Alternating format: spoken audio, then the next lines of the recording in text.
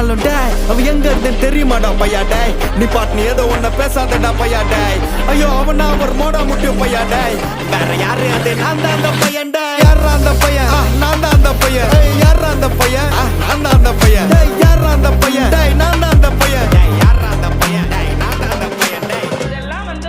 ஒரு வாக்கியமா இதை எழுதின அந்த அசல் கோளாரா அவருக்கெல்லாம் அசல் கோளாறு இல்லை அவருக்கெல்லாம் முழு கோளாறு தான் அந்த ஒரு நாள்